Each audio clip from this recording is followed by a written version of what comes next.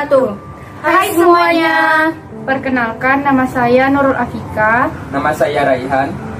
Nama saya Saula Rahmadianti Krisma Pertiwi. Saya Liza Febrianti. Di sini kami akan membahas materi tentang sudut istimewa, integral, dan sudut berelasi. Jangan lupa like, comment, dan subscribe ya teman-teman. Tonton sampai habis. Materi yang pertama yaitu perbandingan sudut. Yang pertama ada sudut sin, di mana rumusnya depan per miring. Depan yaitu sudut yang terletak di seberang sudut alfa, dan miring yaitu sudut yang terletak di seberang sudut siku-siku. Yang kedua ada cos, rumusnya samping per miring. Samping yaitu sudut yang terletak di sebelah sudut alfa, dan miring yaitu sudut yang terletak di seberang sudut siku-siku. Yang ketiga ada tan, yaitu depan per samping. Depan adalah sudut yang terletak di seberang sudut alfa, dan samping adalah sudut yang terletak di sebelah sudut alfa. Selanjutnya ada kosek, yaitu miring per depan. Miring yang terletak di seberang sudut siku-siku, dan depan yang terletak di seberang sudut alfa. Selanjutnya ada sek, yaitu miring per samping. Miring adalah sudut yang terletak di seberang sudut siku-siku, dan samping yang terletak di sebelah sudut alfa. Selanjutnya ada kotan, rumusnya samping per depan. Samping terletak di seberang sudut siku-siku, dan depan yang terletak di seberang sudut alfa.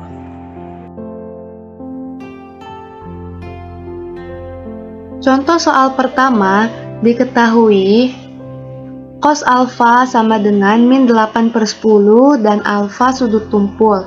Maka nilai kotan alfa adalah alfa itu sudut tumpul, maka terletak di kuadran kedua. Rumus cos adalah samping per miring.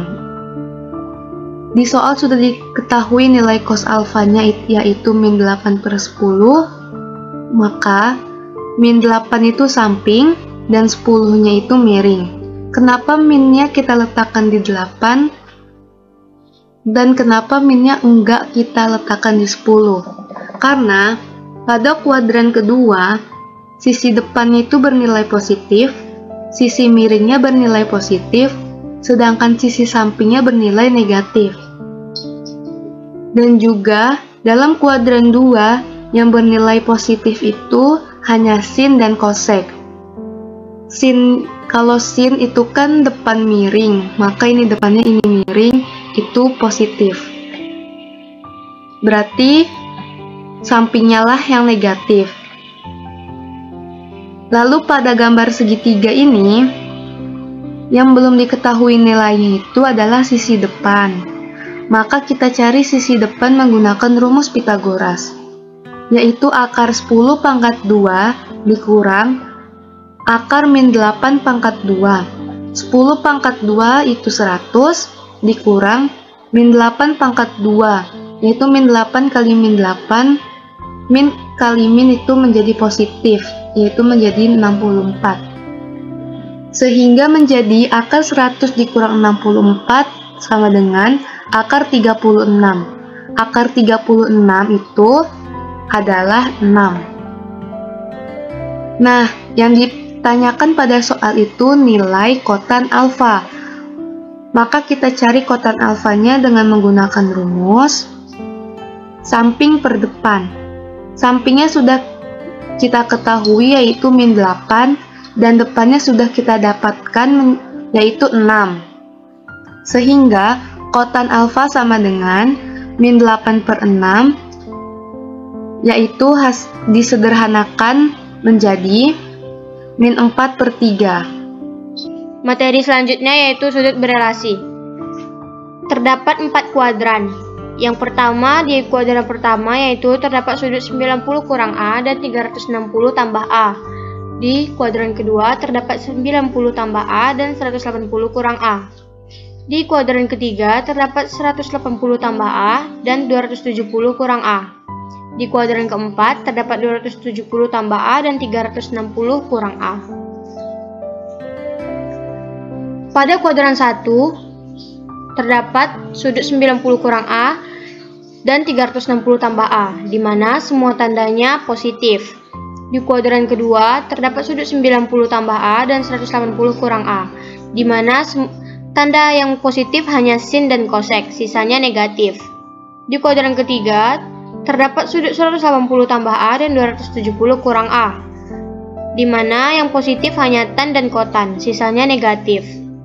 Di kuadran keempat, terdapat sudut 270 tambah A dan 360 kurang A, di mana hanya cos dan sek yang positif, sisanya negatif. Sudut-sudut yang terletak di sumbu X yaitu sudut 360 tambah A, 360 kurang A, 180 kurang A, dan 180 tambah A. Sudut yang terletak di sumbu Y yaitu 90 tambah A, 90 kurang A, 270 kurang A, dan 270 tambah A. Pada sumbu X, sudut sin tetap menjadi sin, yaitu pada sumbu X alias semua sudut tidak berubah. Sin tetap sin, cos tetap cos, sek tetap sek, tan tetap tan, dan kotan tetap kotan. Sedangkan di sumbu Y, sin berubah menjadi cos, cos berubah menjadi sin, tan berubah menjadi kotan, sek berubah menjadi kosek, kosek berubah menjadi sek, dan kotan berubah menjadi tan. Rumus sudut negatif. Yang pertama, terdapat sin, kosek, tan, kotan. Sin min alfa menjadi min sin alfa. Kosek min alfa menjadi min kosek alfa. Tan min alfa menjadi min tan alfa. Kotan min alfa menjadi min kotan alfa. Pada sin, kosek, tan, kotan, setiap alfanya bernilai negatif atau min alfa, maka minnya dipindahkan ke depan. Lalu yang kedua, ada cos dan sek. Cos min alfa menjadi cos alfa. Sek min alfa menjadi sek alfa. Karena pada cos dan sek, min yang terdapat pada alfa itu hilang, bukan dipindah ke depan, tetapi minnya hilang. Sudut berelasi lebih dari satu putaran. Pada kuadran pertama terdapat sudut 90. Kuadran kedua terdapat sudut 180. Pada kuadran ketiga terdapat sudut 270. Pada kuadran keempat terdapat sudut 360. Karena dia sudutnya lebih dari satu putaran, di setiap kuadran ditambahkan 90. Jadinya 360 tambah 90 450. 450 ditambah 90 540. 540 ditambah 90 630. 630 ditambah 90 720. Begitu seterusnya.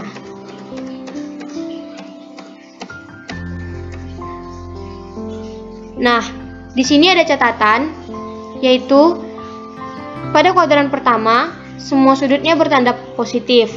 Pada kuadran kedua, sudutnya yang bertanda positif hanya sin dan kosek. Pada kuadran ketiga, sudut yang bertanda positif hanya tan dan kotan.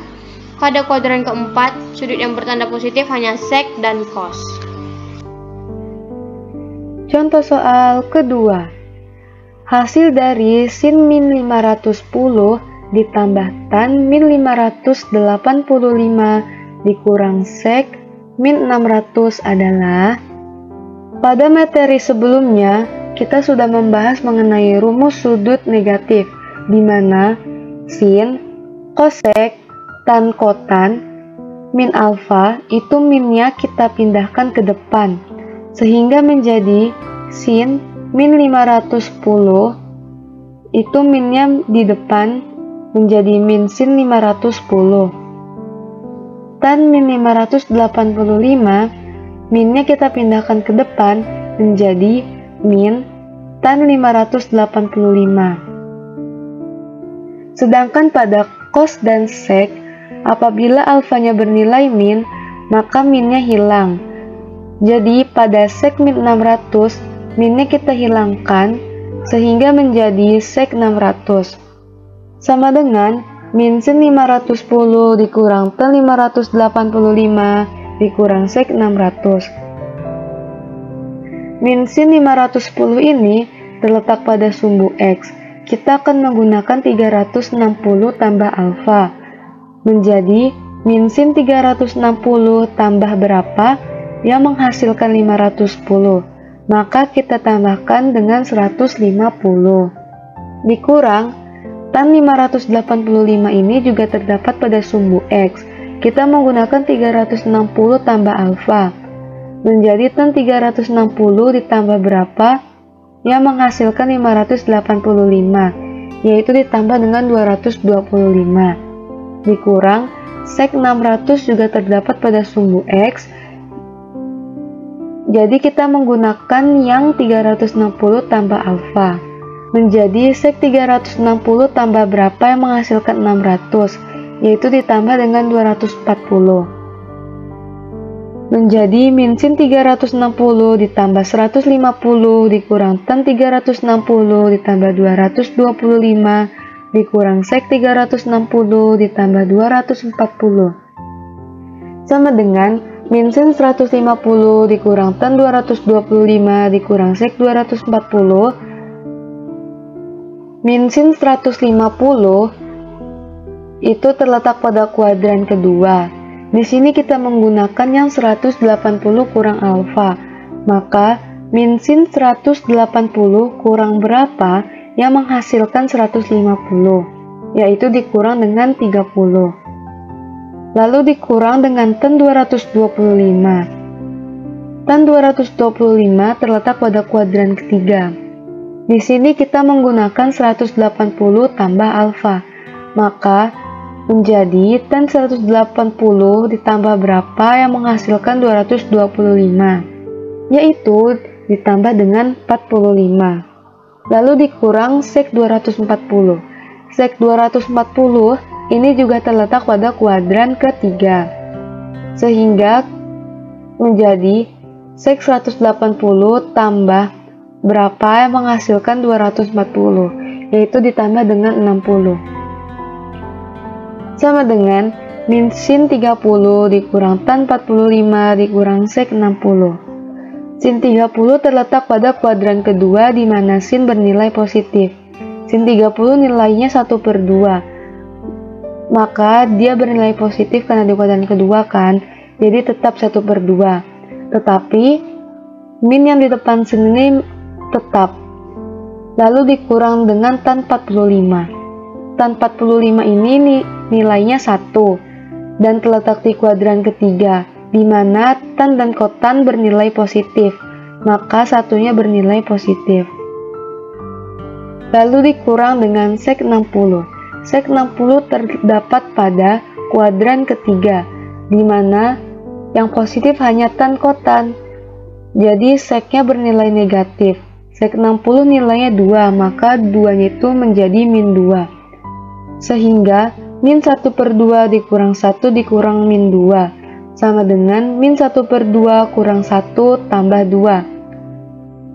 Penyebutnya kita samain menjadi 2, sehingga menjadi min 1 kurang 2 tambah 4/2, sehingga hasilnya 1/2. Materi selanjutnya yaitu integral. Integral merupakan bentuk operasi matematika yang menjadi kebalikan inverse dari operasi turunan dan limit dari jumlah atau suatu luas daerah tertentu. Berdasarkan pengertian tersebut, ada dua hal yang dilakukan dalam integral, sehingga dikategorikan menjadi dua jenis integral. Rumus integral yaitu integral kx pangkat n dx sama dengan k per n tambah 1 kali x pangkat n tambah 1 tambah c, di mana k merupakan koefisien, x merupakan variabel, n merupakan pangkat atau derajat dari variabel, sedangkan c merupakan konstanta. Integral tentu ialah operasi integral yang termasuk dalam limit dari sebuah luas atau jumlah kawasan tertentu. Leibniz dan Newton ialah seorang ilmuwan populer yang pertama kali memperkenalkan integral tentu. Kemudian, Riemann melanjutkan dan memperkenalkan integral secara modern. Jenis integral ini mempunyai batas bawah dan batas atas. Pada dasarnya, perhitungan integral tentu berhasiat untuk menghitung volume benda saat diputar ataupun luas bawah kurva yang disertai batas tertentunya. Rumus integral tentu yaitu integral A sampai B fx kali dx sama dengan fx dengan batas A sampai B sama dengan F kali B dikurang F kali A. Contoh soal ketiga. Hasil dari integral dengan batas 0 sampai 3, 4x pangkat 3 dikurang 6x pangkat 2 tambah 5 dx. Rumus integral itu integral kx pangkat n dx sama dengan k per n tambah 1 kali x pangkat n tambah 1 tambah c.